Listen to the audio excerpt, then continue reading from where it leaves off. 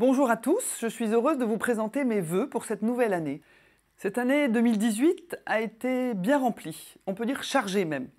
Il y a eu d'abord l'accueil quotidien dans nos délégations de personnes qui sont fatiguées, qui sont éprouvées par la misère. Nous avons su aussi répondre à l'urgence quand les inondations ont touché les habitants de l'Aude.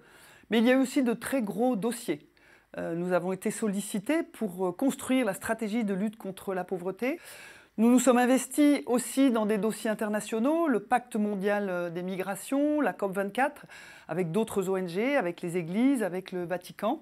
Et puis en fin d'année, il y a eu le rapport du Secours catholique sur l'état de la pauvreté en France, un rapport toujours très attendu, très bien accueilli par les responsables politiques et institutionnels, et d'autant plus cette année qu'il portait sur la question de la protection sociale. Cette année se termine donc avec une certaine gravité. On voit qu'il y a deux urgences. L'urgence sociale avec une demande de réponse par rapport à la question du niveau de vie, mais aussi une demande très forte sur la question de la fraternité et de la considération.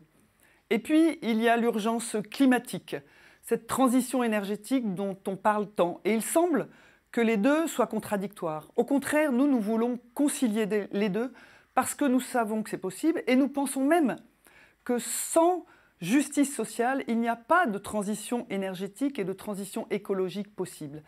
Cette année, nous voulons porter ensemble plus que jamais cette révolution fraternelle en laquelle nous croyons très fortement.